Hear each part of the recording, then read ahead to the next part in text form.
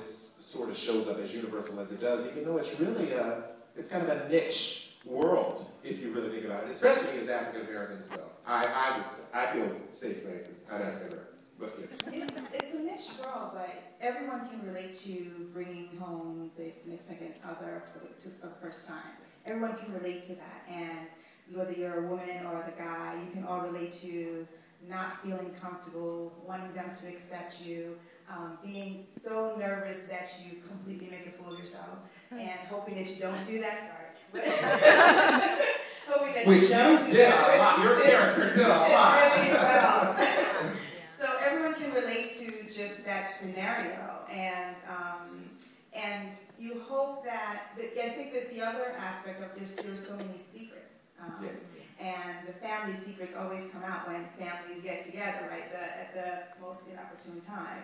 And that's what makes family great. And it also makes them the crazy, and you don't want to bring people home because, Uncle George or somebody's going to do something that's just going to just drive everybody nuts. So you and Uncle George. I have an Uncle George. Don't we all have an Uncle George? So I think for that, it makes it, that's a universal story. Yeah.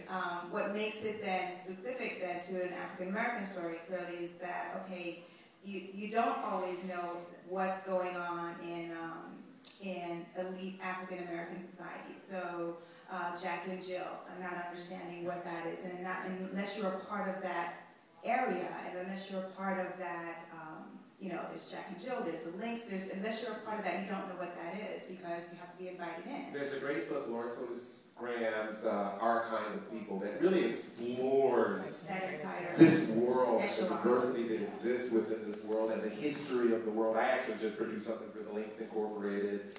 It's just an amazing world, and it is our world. I'm interested in knowing you, Chloe, just in terms of the characters.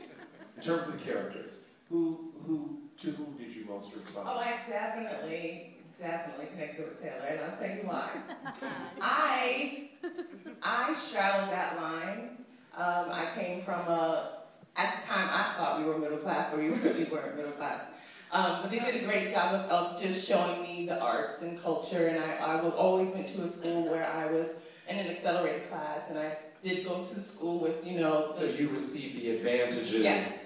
Of being a part of that culture, but not fully immersed. Like I wasn't a part of Jack and Jill, but I had friends who were. So I kind of was, like I was the honorary Huxtable kid, if you will. And then at some point in your life, as you grow older, you start to have some sort of resentment for not having the full citizenship into that world. And then you kind of make it your point to point out their imperfections to try to make them as human as possible. So you can knock them off of that pedestal and feel that it's not a competition anymore. Like we're the same people, and I kind of feel as though that's what this film really touched on. And it doesn't necessarily have to do with race. I feel like it's more about classism than it is racism at the end of the day. And you do want to, have a sense of belonging. You want to be able to walk in a room and feel as though you can compete with anybody in there and they're equal versus, rather if they come from a doctor's family or a lawyer's family. My mom worked in retail, but I feel like I can There she is. There's Mom. She did good. Yeah, I think she did a good job. Well, now, we want to, if you have questions, you can yell them out, but I'm going to keep talking until you do or until they give us the word and kick us off. I have one question. Absolutely. There was that one scene where they brought up with the father that the father says, "Of course you love your daughter." And then in the last scene, I thought they'd throw it right in his face. You just said, "Of course you'd love your daughter," and then his daughter that is his daughter there. It's not his half daughter. I mean, you can say, okay, it's his whole daughter.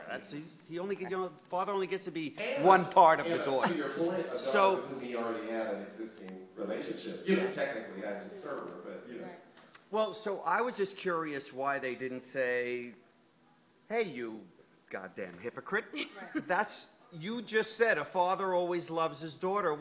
Give her a hug. Give her a hug." I was just curious why that question wasn't asked because I just thought it was going to be obviously asked. And by the way, I absolutely You probably heard me laughing the whole time. I promise you, you heard me laughing because I was So laughing. everything hit you universally. Oh, You got it. This.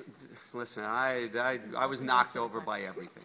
Well, everything. Yes. I was going to say this question has come up the entire time I've done the show. Everyone wants to know about this, and I think the main reason, I don't know, I mean, Lydia can answer for it, but the main reason is just simply because you asked that question. I mean, we go to the theater to look into ourselves, and there are 5,000 permutations of events that could have happened, and there are people that are flawed, and there are people that say one thing and do another, and you're left with that. And I don't know if you have a daughter or not, or anyone here has a son or daughter, but right. So whatever that does to us as at watching theater, we can ask those questions to ourselves, and then we go home and maybe we give an extra hug, or we take that place. And I think that's really the only thing you can come away with when you watch something and you want it just to be better.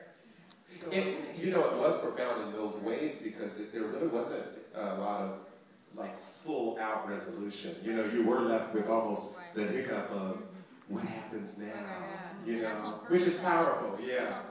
It'd be too neat if I was like, remember before when you said your program Love Our Kids, what you doing right now?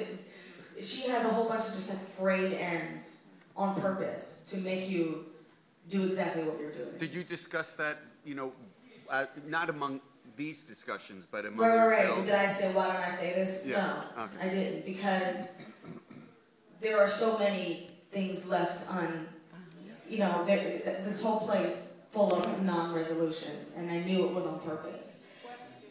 Yes. That's the next chapter. Right.